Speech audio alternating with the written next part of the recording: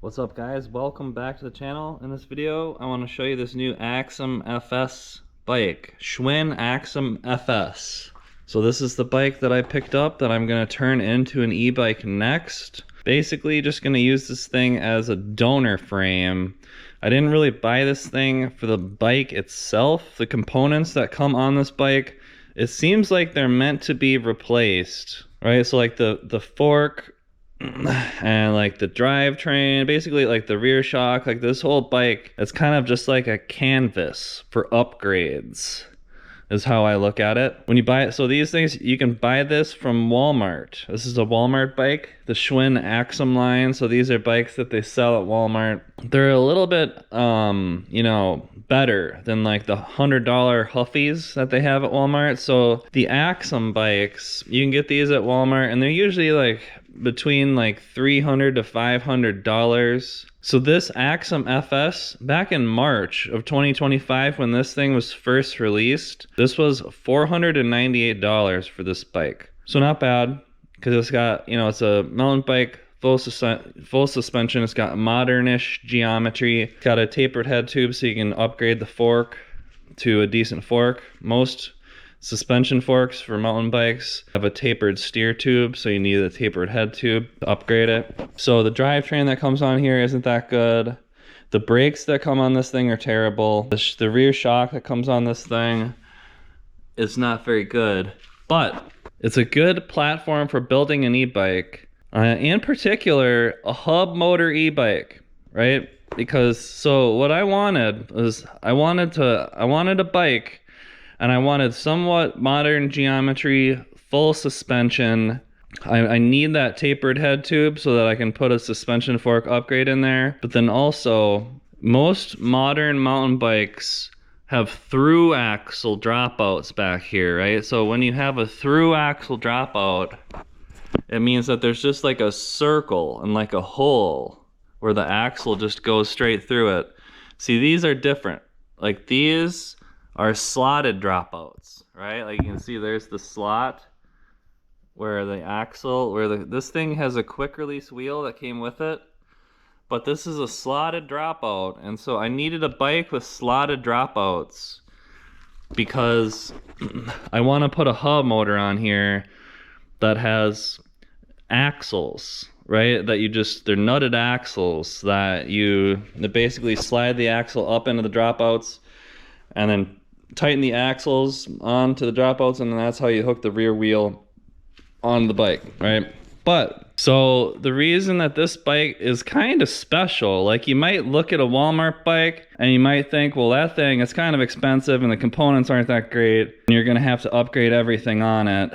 But if you're looking, like, it's kind of a weird thing, but if you're trying to build an e-bike like I am, with a specific motor that can only use this type of dropouts, but then you're also looking for a bike that has full suspension and looks reasonably modern, you know, in terms of like mountain bike geometry, and has that tapered head tube, there's not a whole lot of options, because, and the limiting factor is really like the rear dropouts on mountain bikes. Like most of the time, if you're spending like $1,000 and up on a mountain bike, it's probably not going to have these rear dropouts that are slotted where I can put the motor in them, right?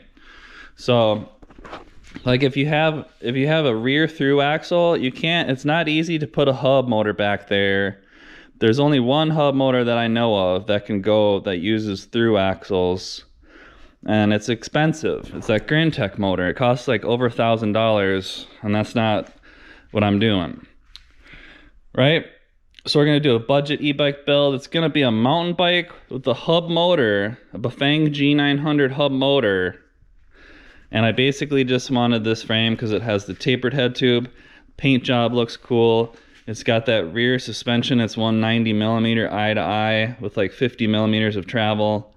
So I'm gonna upgrade the rear shock. I'm basically gonna strip all of this stuff off the bike, because all of this stuff is garbage, basically, like all of the components, like it's just the frame that I need, right? And so it came with like some mechanical brakes on it, but you can see like they're just, the brakes that come on these Walmart bikes are just like the worst brakes ever, basically. They're just mechanical brakes, and it looks like the brake pads, I mean, like they're like the smallest brake pads that I've ever seen. They're like unbranded brakes. They can just go straight into the garbage, basically. And then it came with this LTWoo 7-speed derailleur back here. And it does have a clutch on it. This little thing right here. So when you turn the clutch off, you can kind of see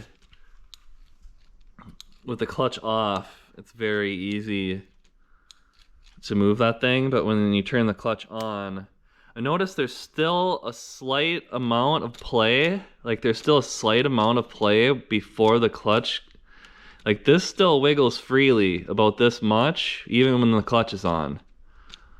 So like the clutch on this thing, I would say it's not quite the best. Like it just feels kind of chintzy when you're flipping this switch. Like it doesn't actually feel like anything is happening.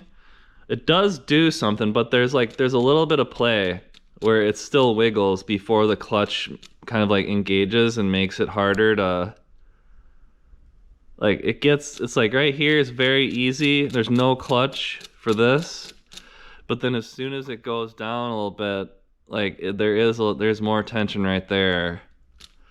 So I don't know. Like I might try this drivetrain just once. I might try it just to like form my opinion on it and see how it works. But basically, like I want to strip the brakes off of here.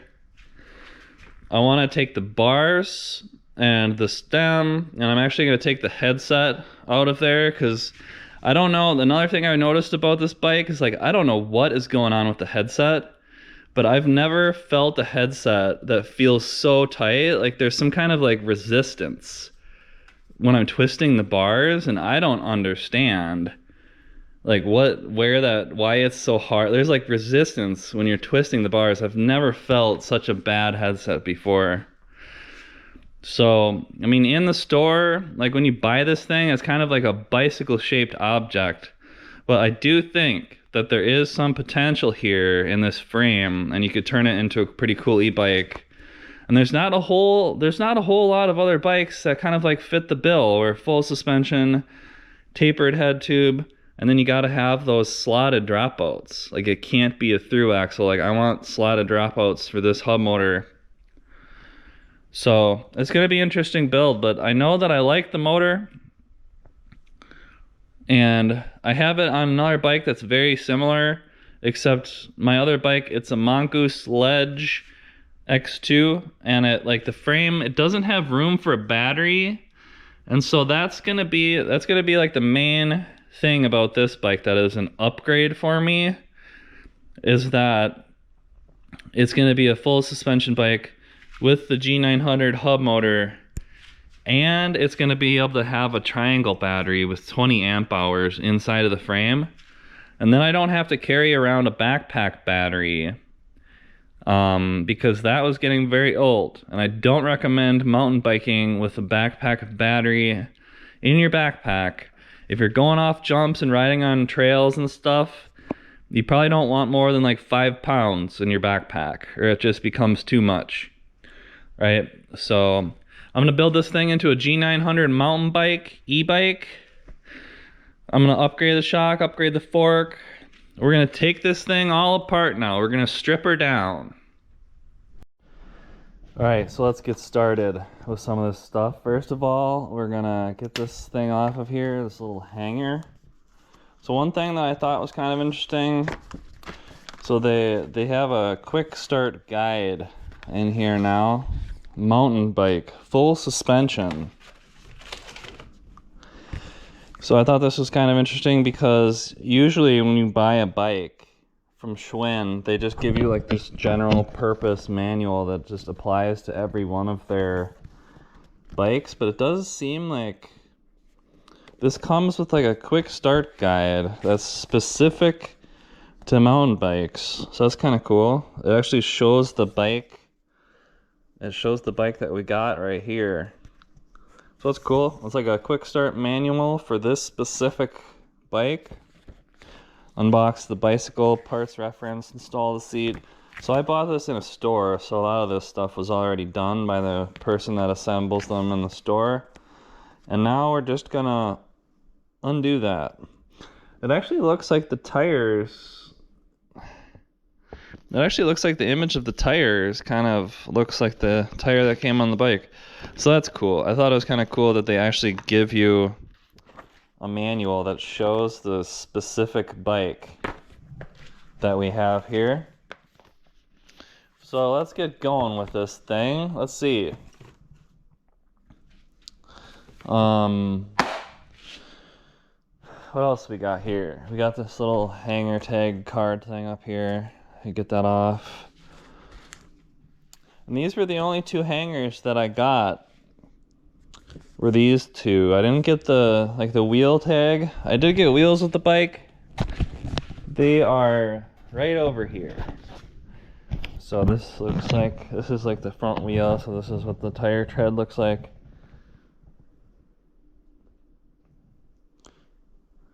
It seems like kind of a cross-country knobby tread. It looks alright. I don't know. I don't know if I would use it for a front tire, but it seems like those tires, I'll probably wear them down. Just use it as like a rear tire or something. Alright, so let's keep going here. Let's see. So these brakes, these mechanical brakes that came on this thing, like you're not going to want to use these. So what I'm going to do is I'm just going to go along all of these little, these look like zip ties. Sometimes they're little clips that hold all this stuff on, but on this bike they did use zip ties, which is fine. So I'm just going to go along here and cut all of these zip ties that are holding my cables for everything to release the cable for that mechanical brake and get that coming out of here. And we can get that. Okay. Now I've got that rear brake and it's just all loosey-goosey. Now we can move up here to the cockpit. Take everything off these bars. Well, yeah, I'm gonna have to take everything off these bars. I think these bars are steel. I don't know, I might find some other bars and compare the weight and see how heavy these bars are to like some aluminum ones. We'll have to see if I use these bars or not. I'm gonna try and keep like the bike geometry and like the fit and stuff kind of like how the bike came. Like I like to keep like the bars and like the stem and like the stack and everything like how they designed the bike so that I can get a feel for it and then decide whether it's like I need to change anything from there. I kind of got to ride the bike first before I can make those decisions about like the bike fit and stuff. But for now, I think we can just get our Allens and start taking everything off of the bars here. Because I got to take the brake levers off, and to get the brake levers off, I've got to take the grips off, and it seems like I lost my 3mm Allen. Those grips were barely even on there in the first place, is what it seems like. I think if you would have started riding the bike, those things would have been sliding around. Okay. So we'll have to remember to fasten those on there a little bit more when we put this thing back together. What about the left grip? Barely even on there. Barely even on there. Oh, there we go. Alright, so then we got the 5mm hex wrench that we're taking the brake levers off with.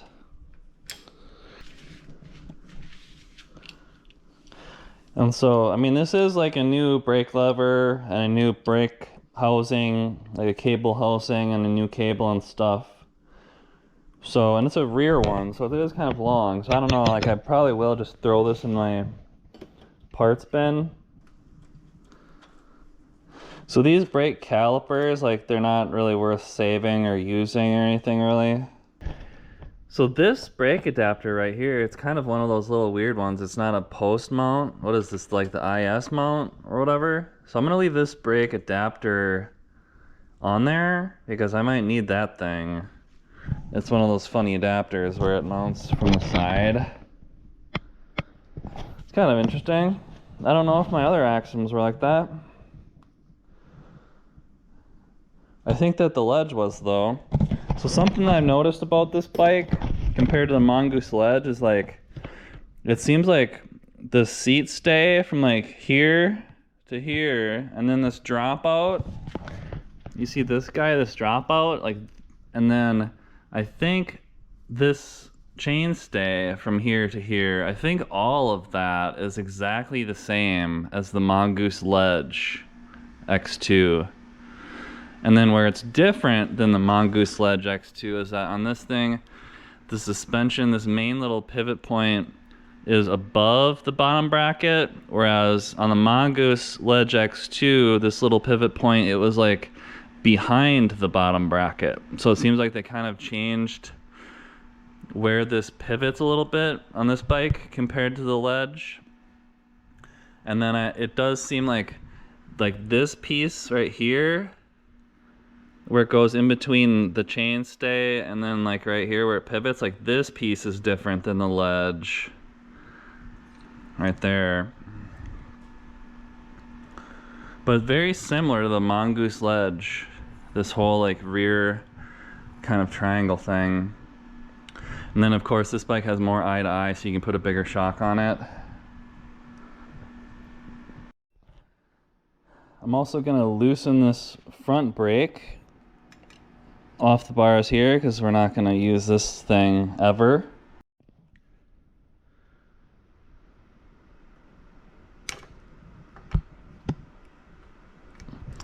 Get that brake thing cut off of our Schwinn 29 fork. And by the way, guys, this is like the worst fork that I've ever seen on any bike ever. Like, I think that this thing, it's just like, it's like a fork shaped object just so that they can say that it's a bike in the store. But like this bike, it's designed to replace the fork immediately. Like, you should not even try using that thing, is what I think. Alright, so we're coming down here to this front brake cable with the cable cutters. Cut this guy off of here so that we can free the brake caliper and get that thing coming off of the mounting bolts. This one doesn't feel like it was torqued on there the same amount. I do see some blue thread locker on there. It was a little bit easier to get this one off though. Okay, there we go. So we got all this junk. We got this junk brake off of there. There we go. So the front brake is off. The rear brake is off. I'll probably take all these screws and everything out of here on these brakes. And then let's see here. So I think I'm going to take this rear brake and then we'll just run this back through here.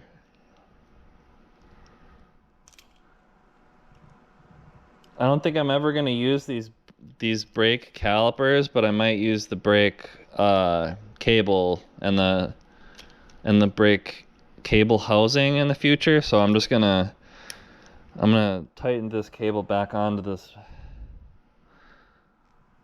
brake caliper, and then I'm just gonna throw it into the parts bin all as one piece like this.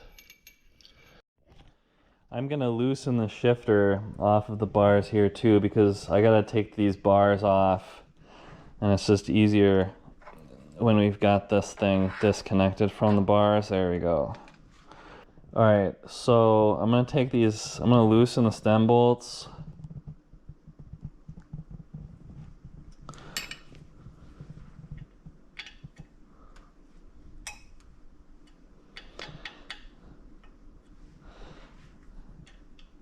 I'm not totally taking them out, just kind of loosening them up so that the stem is no longer locked onto the steer tube.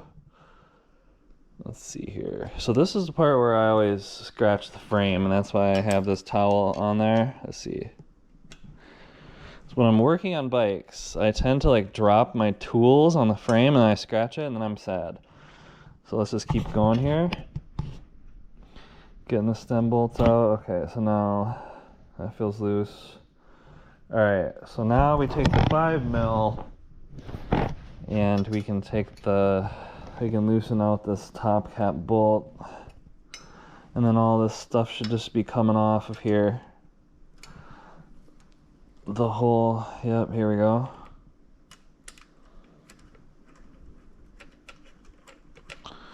So we get this top cap bolt coming out.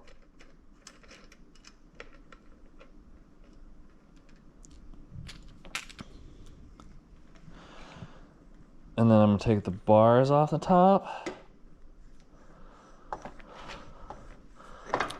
Okay. And I'm gonna grab the spacers. So we've got these 3 spacers. It looks like it must be like 20 centimeters or something. It looks like there's a 10 centimeter or 10 millimeters, 5 millimeters, and 5 millimeters is what it kind of looks like. So then there's also like this headset thing right here.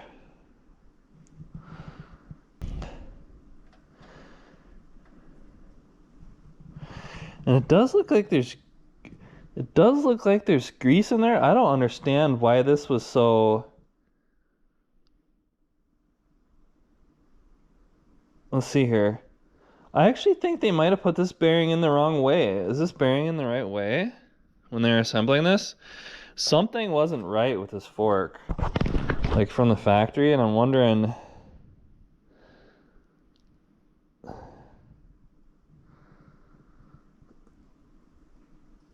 Is this how it was supposed to go? I'm just kind of curious about like... Oh, that seems okay. I'm kind of curious about what was wrong with this and why the head tube was so like... Why there was so much resistance on that. That was really weird. Let's look at the bottom bearings. So this is how these bottom ones are on here. So I still don't understand why there was so much resistance when I was turning the steer tube. Like, that was crazy, man. Like, it feels better now. I don't know. That was really weird. This fork is like the worst fork that I have ever felt in my life. So we're getting this thing out of here. Alright, so we got everything out of the head tube here. I'm not exactly sure why that thing was so tight and like bound up when it came. I don't know. Maybe, I wonder, like, was the top cap bolt like torqued on there too much and it was like compressing the bearings down, and the bearings themselves were like getting smushed somehow. I don't understand why that thing was so tight and it wouldn't twist very good, but whatever. So I've got a different headset that I'm gonna put into this thing. So let's see here. First we gotta get these old headset cups out. So I think it's like a 44 by 56 zero stack tapered head tube. So that's the kind of headset that I've got. But first, I'm gonna get my mallet. I'm gonna knock these things out of here.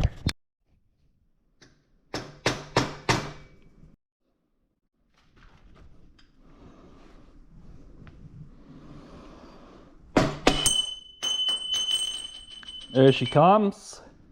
Got the bottom one out.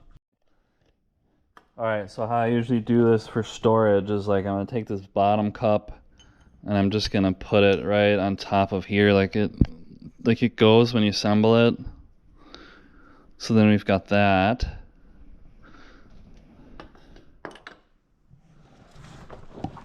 So now we gotta get this top headset cup out of here, and I want to make sure it doesn't shoot across the garage. There she comes. Got the headset out of there. Ooh, look at that beautiful headset, head tube rather. Guys, this fork isn't really good for anything, but I do have another bike where Alright guys, so one thing that I'm very curious about on this bike is this shock. Like, the thing about this shock that comes on the bike, oops, I think, is this the wrong size? I gotta figure something out here. Alright, so I'm a little bit curious about this shock. I want to get this shock off of this thing, and I want to take a look at how hard it's going to be to mount a different shock on here, because I got a Fox factory float, like DPS something or other. Like, I got a nice Fox factory shock that I was going to put on my Ozark Trail FS2 Slalom, but I never totally figured out, like, it was a little bit tricky, like mounting that thing onto the FS2 Slalom. Just like all of the shock mounting hardware, it was confusing me. So I'm gonna put the Fox factory shock that I bought onto this thing, I think. Okay, so it seems like the rear suspension just kind of bottoms out there somehow. Like, I wonder. It feels really stiff. We're gonna have to figure that out, why that suspension feels so stiff. That's crazy. It feels really stiff. So I'm glad I took this thing apart, because on my Mongoose Ledge X2, I just kind of like, I don't know, I just kind of started riding it. So let's get this shock out of here. You need two, like, 5mm. Ooh, that one was quite tight right there. Oh my goodness.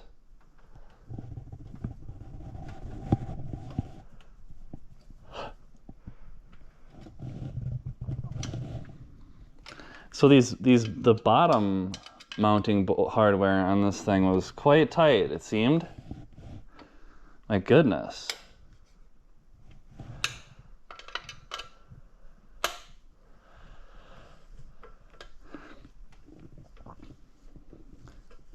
But the problem that I ran into on the Ozark Trail FS2 Slalom was that the mounting hardware on the top of that one, it was like this funny size, and I couldn't figure out how to get my shock to fit on this FS2 Slalom. So I'm hoping that this is kind of just more of like a direct.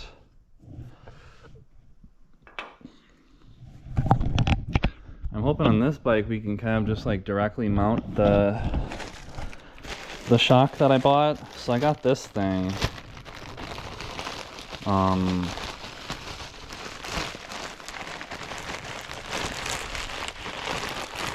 It's Fox factory float DPS evol something or other. So this is what we're gonna put on here, if we can figure it out. But first, I need to figure out why this thing, I gotta figure out why this thing is so tight. It feels like it might be this thing right here is really tight. I don't know, it's hard to tell what the deal is with this.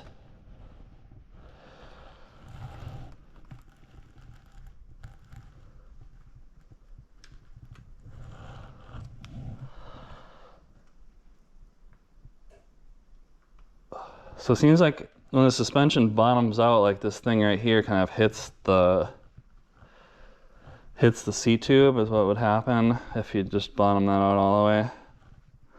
So, man, I don't know if it's this right here, like these pieces are too tight or what, but something seems like it's a little bit too tight. Let's see.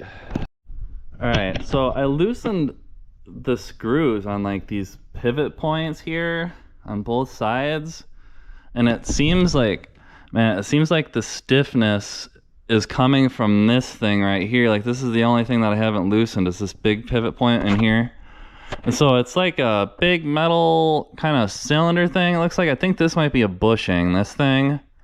It doesn't actually look like a bearing in here, but it seems like there's a nut that threads, like there's a nut on the opposite side that threads in, and then it, so maybe if I loosen that nut or something, or maybe this thing needs like some grease inside of it. I'm not exactly sure. It seems like it takes a 6mm hex wrench on the opposite side, on the non-drive side. So I'm gonna go over there and try loosening that a little bit, see what it looks like in there. So I'm gonna try loosening that bub and see what happens.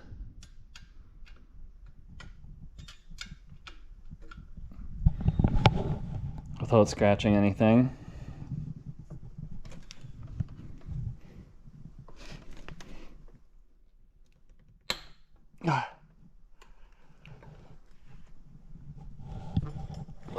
Oh, there we go. Wow. Yeah, that was it. That thing was definitely way too tight down there. So if you get a Schwinn Axum FS and the rear suspension seems way too tight, it's this thing down here. So I wonder, there's just like a point of tightness where it starts to, oops, I'm gonna mess that up. Yeah, it seems like this thing down here, this big pivot point, I think it's a bushing, I'm not sure, there might be bearings in there, but it seems like that thing was too tight, and that's what was making this whole thing like crazy sticky. So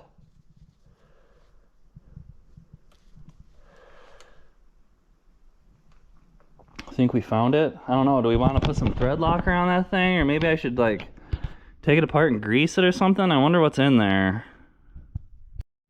All right, so I'm just gonna undo this thing right here and see what happens, because I'm curious about this thing and what's going on in here. So it seems like I'm loosening out whatever that thing is. But then what else? How does this thing work? Like what? So this did have some blue thread locker on it, and it was way too tight. And let's get some grease. Because it seems like where metal is moving on metal, we want grease. So, alright, so it seems like I'm gonna have to take out the cranks so that I can get in at this thing and see in there and grease it properly. So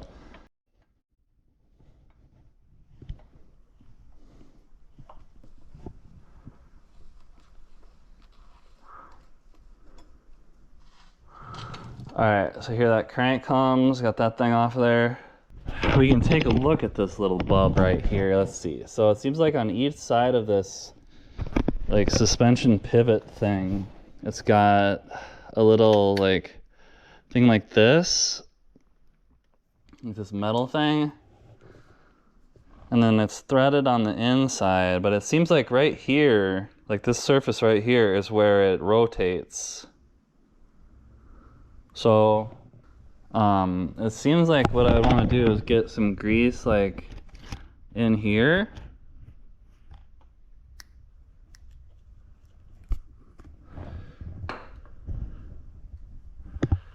Along this thing, kind of like in there, and maybe get some on here as well.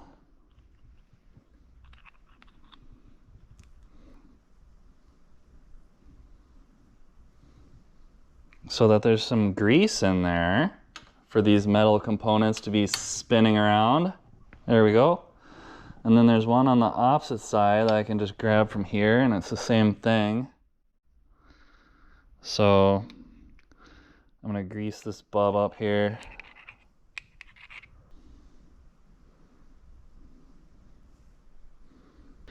And grease inside of here as well.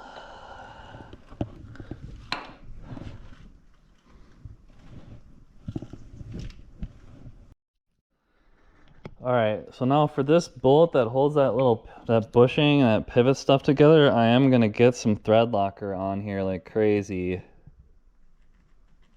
Because it seems like if this bolt starts to back up, like the whole, like, I gotta check my mongoose ledge and see if that bolt right there is loose.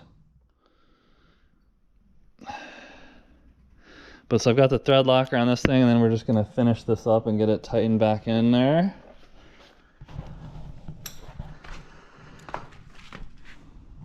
So let's get that bolt. It goes back down into this main little bit here where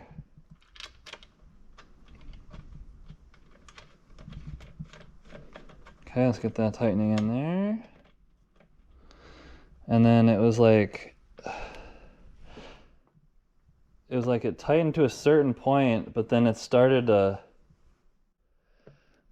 feel tight after that. So I'm just gonna keep tightening it. Let's get this. I don't want that thread locker coming out here. But let's just keep tightening this thing until it starts to feel like there's a little bit of resistance. And then I'll back it off. Let's see here.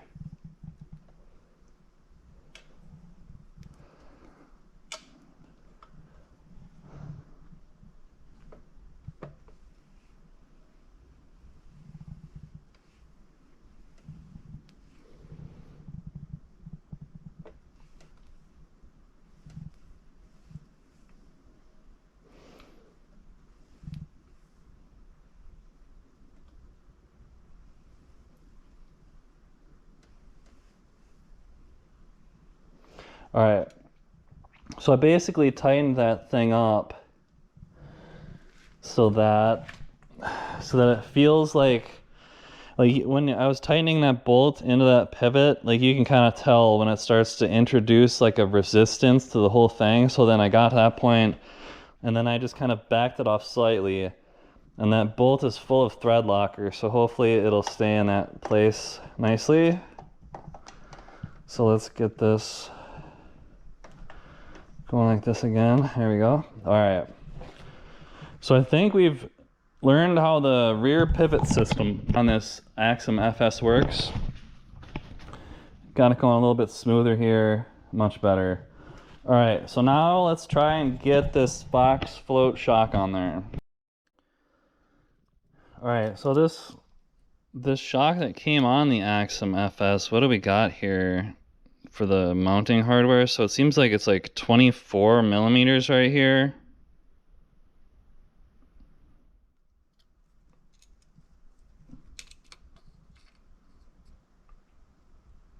Looks like about 24 millimeters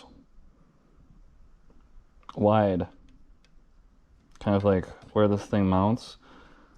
I'm kind of like a rear shock newbie, so I gotta figure out how to mount this other shock on here. So I bought this thing. It says rear shock mounting hardware with IGUS DU bushing, M8 millimeter by 24 millimeter. So I'm thinking that we could potentially use this mounting hardware that I bought at some point. Let's see here. How does all of this work? All right. So I think I got it with this shock. It's just the M8 by 24 millimeters. So it's got like this, like this tan piece. I guess, is that the bushing or I don't know, but the tan piece like goes in there, right? And then I've got this like this black piece that goes through the center there, and then there's these little like spacer things that go on the outside like this, and then this is 24 millimeters.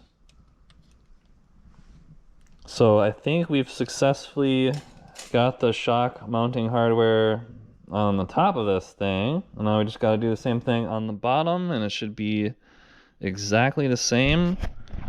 Nice. We're gonna finally get this shock onto a bike, boys. Alright, so I can show you the whole process here using this rear shock mounting hardware with IGUS DU bushing, M8 by 24 millimeters. So let's pop this open. And let me know if you know what all these little pieces are called. Let me know in the comments. Teach me something. But all I know is that these are the pieces that we need to make the shock fit. And it seems like it's gonna fit nicely. So, ooh, let's open this thing up, the mounting hardware. All right, so what we're gonna need out of here is we got these little, I got the yellow, so these things, and then these things, and then these little bobs. I don't know, what are these little rubber things for? Where do those go? I don't know.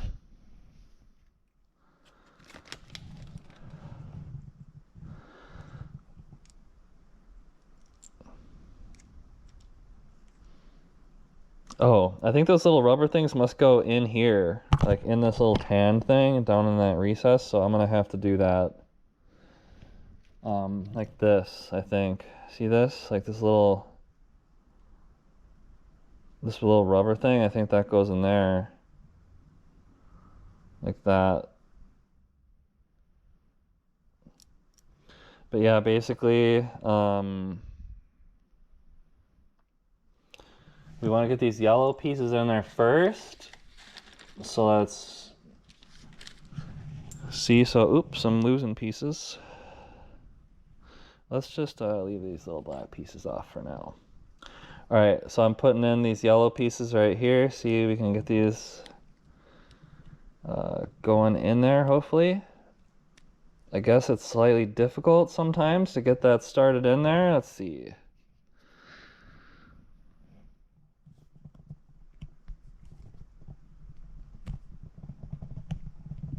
Oh, there we go. Got that one in there. Let's go around the other side and we'll get this one going. Oops, over here without damaging it. Let's see.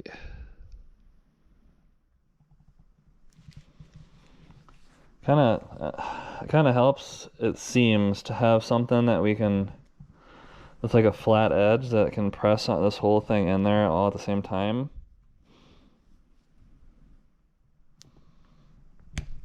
There we go. Oh, all right, so we got that piece in there. All right, so then there's this middle piece that it should be 24 millimeters or whatever. That's gonna go in there like this. And then this is where you need these little rubber things, I think. So let's get these rubber guys going on there.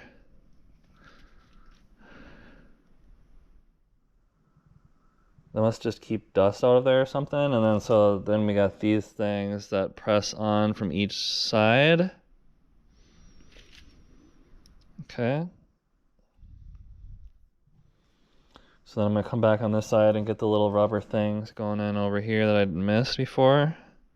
Man, it was so much easier to get this shock mounted onto this bike than that other Ozark Trail, because on the Ozark Trail FS2 Slalom, like one of the shock mounts is like 40 something millimeters. Like, it's a weird size, and you can't even buy shock mounting hardware that was 44 millimeters long. So I don't know like what they expect people to do. Okay, so now we got all these little pieces, but it should be all set here with the mounting hardware. So now we just got to get this thing going in here, and I'm going to use the bolts, like the shock mounting bolts that originally came with it. Probably want some there's a little bit of thread locker on these, but you could maybe put a little bit more thread locker on them. Okay, so we got this one. GoPro's currently overheating, but I'm just finalizing this shock install here. Everything is going together nicely, it seems. And this thing should be perfect. Go. Nice. All right, so we got the Fox float on there. It should be a nice shock for this bub. Oh man, look at it. The Fox float. It's starting to look like a bike already, bubs. Wow, awesome. So that went on there nicely. All right, so I think we got this rear suspension sorted out on the Schwinn Axum FS. And I'm just gonna break this chain off because I want this chain. I might take the chain and the derailleur off while I'm building the bike into an e-bike. Ooh, we got an oily chain. Great. We're gonna have to make sure to get some wax on that if we want to use this chain in the future, so we don't get all messy. But ooh, now we're all oily. I do think I'm gonna take off this LTWoo derailleur. I think I'm just gonna strip this whole thing down so that we're building it into an e-bike. We don't have to deal with the derailleur back here in the way.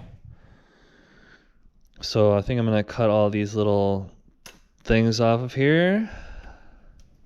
So let me know what you guys think about this Axum FS bike. Something that's kind of interesting is that they run the derailleur cable right here, but then it's like it's zip tied right here, because otherwise it was like the shift cable would have been like going out into the chainring.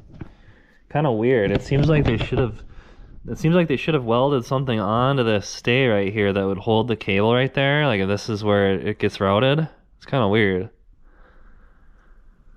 But I'm gonna cut this zip tie right there. All right. So now we should be able to get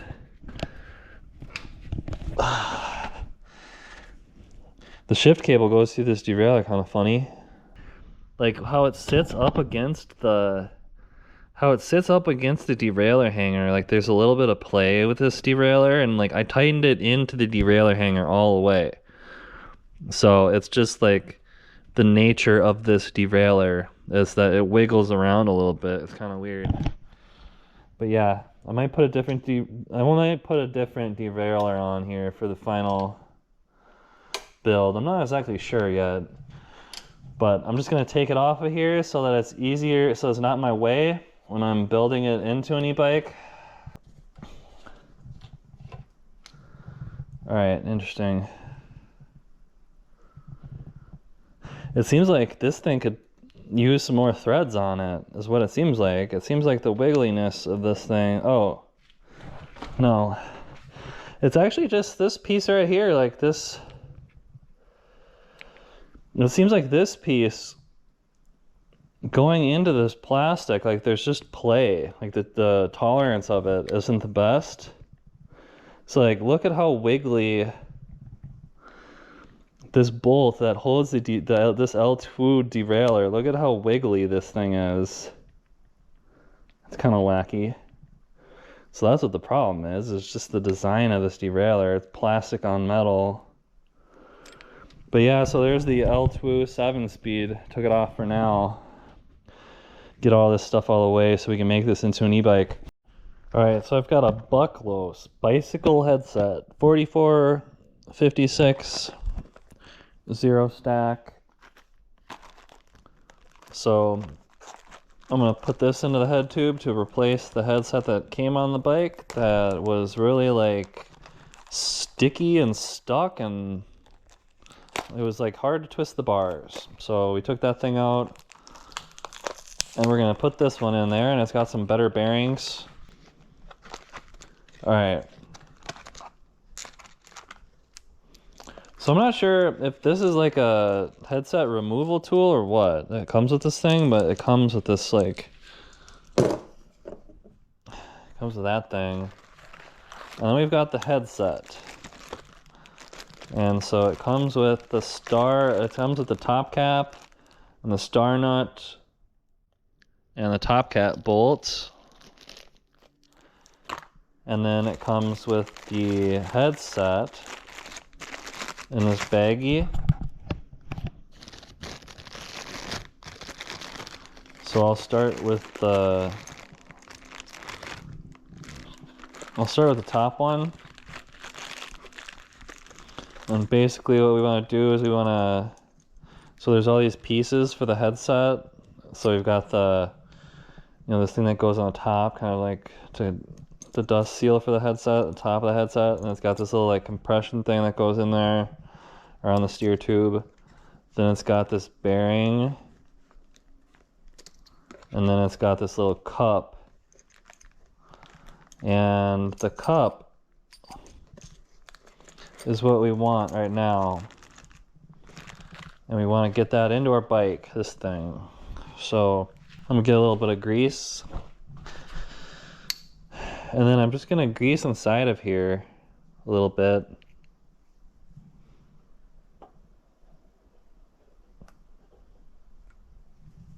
Lightly.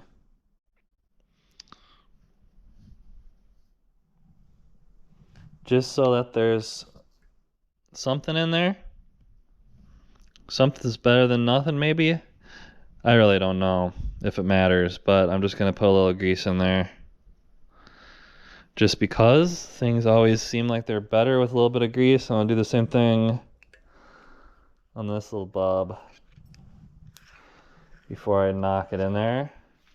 Something like this.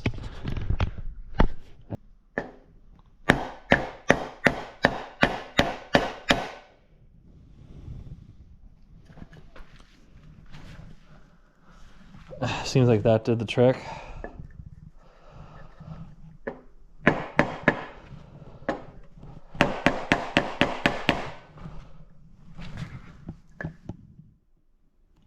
There we go. So we got this upper one, this upper cup into the headset. So now let's get the grease off of the outside of there, and now let's get that lower cup. So I'm gonna grease inside of there, get that other cup greased, and then do the same thing for that bottom one. Alright, so I'm gonna do the same thing. I'm just gonna get this thing going up into here like I might want it to. So kind of get it started there. And then I'm gonna get my wood block and this thing.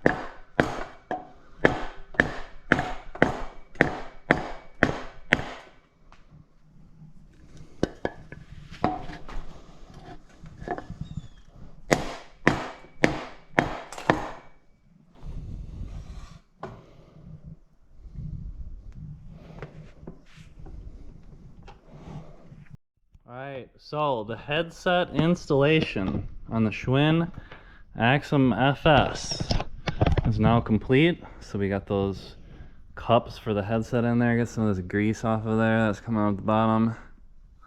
Alright, awesome. So now that I got the headset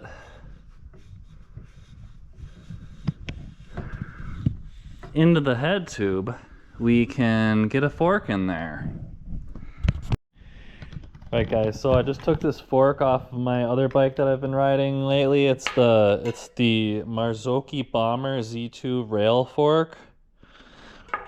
So I'm going to use this fork, and this is boost. So this is a boost through axle fork, and it's got that tapered steer tube like we talked about. So pretty much like all mountain bike suspension forks nowadays have a tapered steer tube. So that's why we wanted the tapered head tube on the bike that can fit the steer tube. Because if it's a straight steer tube, like the old school straight steer tubes, like then you can't get a really good fork, and your options are limited, right? So that's why we want the tapered head tube, and we got the fork here. So what we're gonna do is we're gonna get this fork going up onto the bike. So I've got the bearing for the top that goes in here like this, I believe, once you get it to go in there properly. Let's see. Alright, so we got this bearing going in there. Feels nice. Okay, so I've got like the stuff that we need for the top of the headset and the top cap bolt. So now I've got my fork in my hand, and we're just gonna kind of let's see if I can't adjust the bike stand here. Alright, that was a little bit hard to do one-handed, but we're back. So I think there's like this little compression like thing here. I think that might have to go down on top of this other piece. So let's put these guys, or does that go down on top of this? That goes down on top. So let's go like this. I'll put all these headset pieces on here. Okay, so it looks like I'm gonna need some more spacers for my stem, because I cut this fork off a little bit longer here. So let's go find some more spacers here. Alright guys, it's much later in the day now. I had to eat a burrito and stuff, but we're back to the build. And so it also took me like a long time to figure out where my where my stem spacers were, but now we're getting back at it. And we got some stem spacers going, so we're gonna tighten on this top cap bolt. We can tighten on these stem bolts with a different Allen key.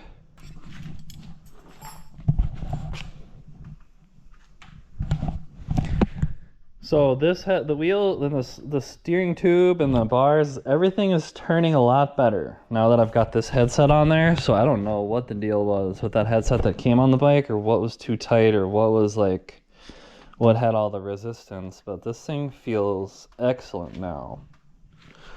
All right. So we got the bars on this thing. It's coming along. It's coming along here, bubs. Let's keep going. All right, guys, status update. So I got the bars on here. I'm gonna bring out the Ergon GA3 grips. Get those on here. I'm gonna use those. So I got the throttle over here, the left hand thumb throttle. We've got the SRAM Guide T, the brakes. Took off the other bike, so I just left that on the fork and brought it over to this bike. So I am gonna get a SRAM Guide T brake on the rear for this bike. So I guess let's go get that situated. All right, guys, so I'm just kind of working on getting this rear brake on here. So I put a little adapter on here, like the brake mount adapter, so that hopefully this thing is going to be on there correctly. And then this is going to be externally routed. And so we're basically just going to put this on here. The SRAM Guide T caliper. And the brake came with the little bolts that you use to attach it to the brake mount. So I'm just gonna get those going in here on each side. All right, so I've just tightened up the brake lever, or the brake caliper, so it can still move around slightly, just so when I put the wheel on the bike, I'll be able to move this thing and get the brake rotor going up in there properly. So then this little guy, we're gonna have to route the hose up along the bike. And I did get a pack of new zip ties just for this build, and they're still vacuum sealed. So let's get a zip tie. That's way too long for this purpose, but these zip ties are on sale.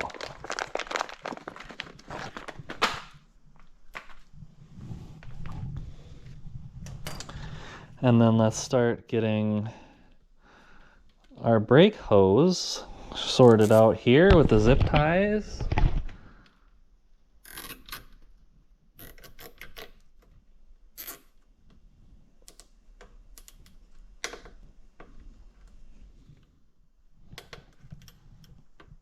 Here we go.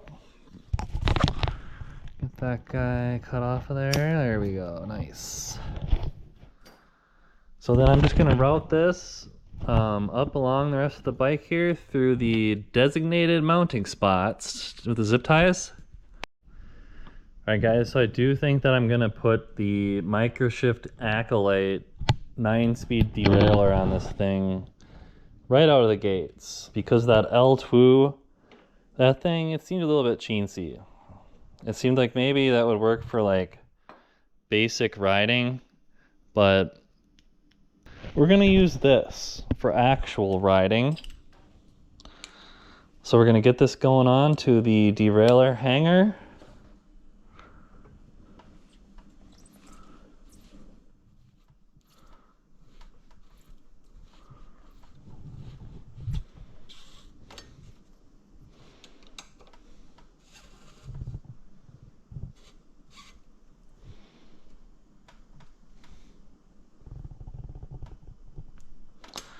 Okay, so that should be nice and in there. All right, so I've just got my MicroShift Acolyte shifter, and then here's the LTWoo shifter. And what I'm going to do is I'm going to leave the cable in the LTWoo shifter, but I'm just going to take off this housing that is already sized specifically for this bike. And then I'm just going to use this housing from the LTWoo because I don't have any housing that I can use, and this piece of housing already fits perfectly. So then we're going to take the shift cable from this MicroShift Acolyte, a nice Shimano shift cable where the end of it is like tinned and it won't fray. And I'm just going to run this shift cable through this housing to get the housing onto this shifter.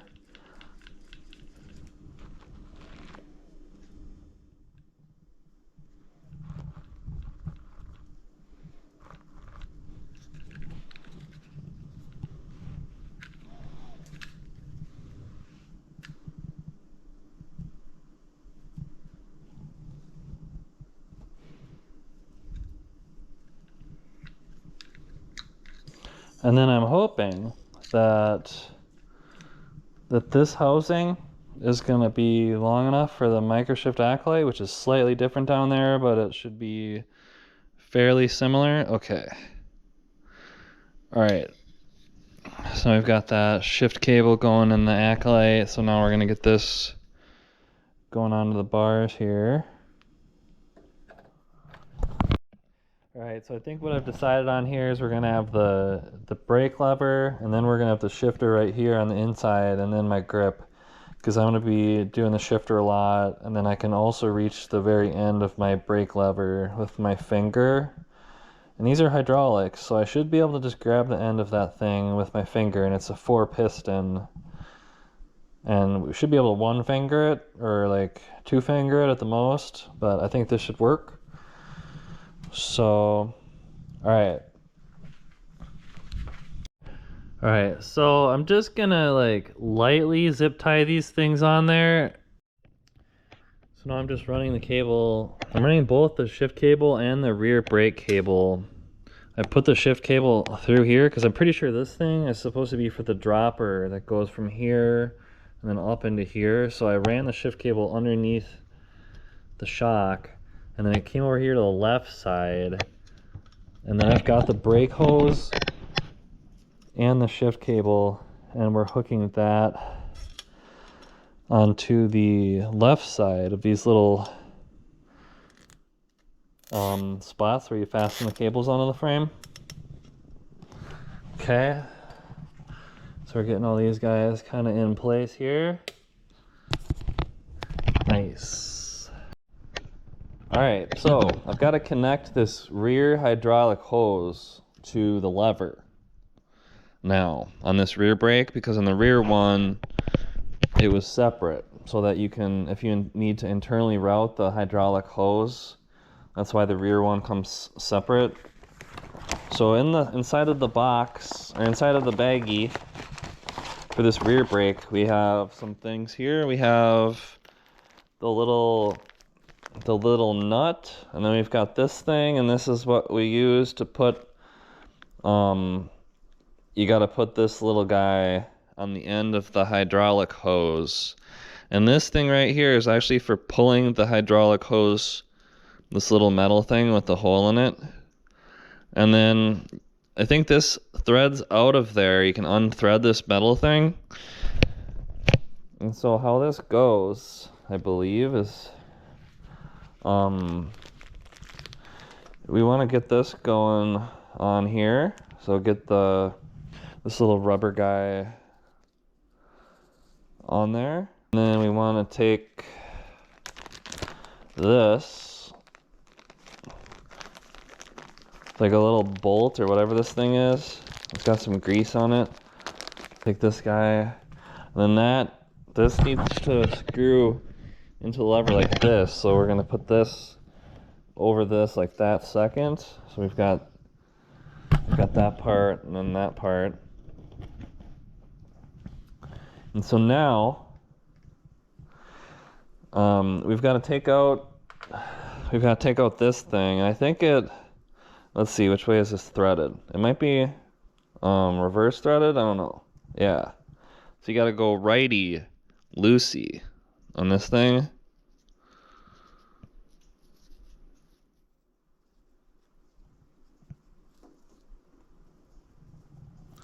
And it is definitely full of fluid, which is all over my fingers, apparently.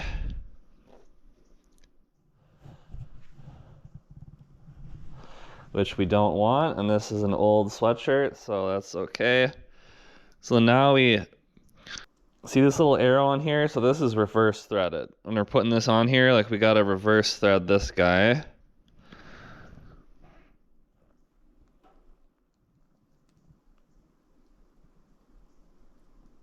So I'm twisting it counterclockwise, and then at some point it just kind of breaks off. There we go. And then so I'm gonna take, so this guy on the lever, this is just a plug. Like you can just pull this thing out. I don't think it has threads on it. And then we want to get the hydraulic hose, and we want to get our little nut. Where's that little nut? Let's see here. This guy is nut ready. So we're gonna put this up into here, and then we're gonna get that nut going in there to hold it in there. I'm kind of pushing the hose up into the, okay. So it seems like that's on there for now. Now I gotta get a little wrench thing so I can tighten that in there and finalize it. All right, so I've got a little adjustable wrench here, and we will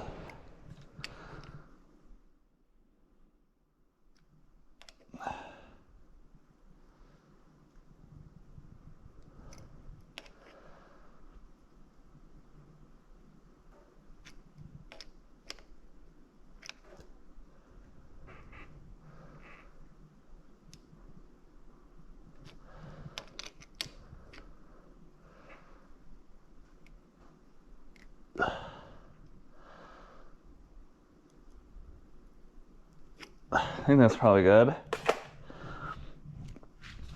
So then I still have this bleed blocker back here, this plastic thing that goes into the caliper.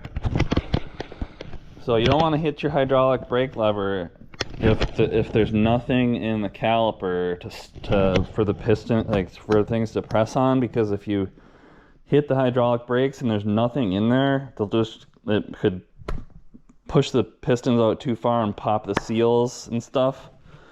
So let's see. Like, I think I threaded this thing as far as it will go. Oh yeah, okay.